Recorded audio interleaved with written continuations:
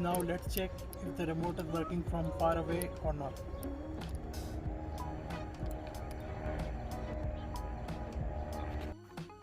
Guys, today we are going to tell you how to change the battery of Toyota Prado remote. First of all, you have to push this button and remove this key from the remote. Then you have to insert this one here and twist it gently. After twisting, it will be open. Now gently remove this battery. As you can see, the battery type is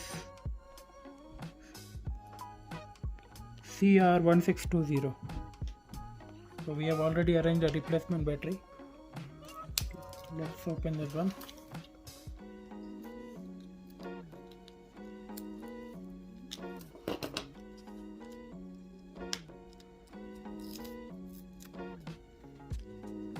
So the battery is identical to this one. This new battery is Panasonic.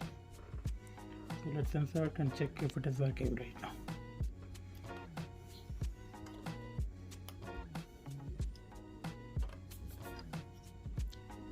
So for closing this one, again you gently close this one.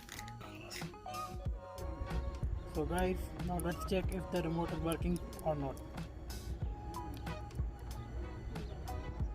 Yeah, it's working from far away now.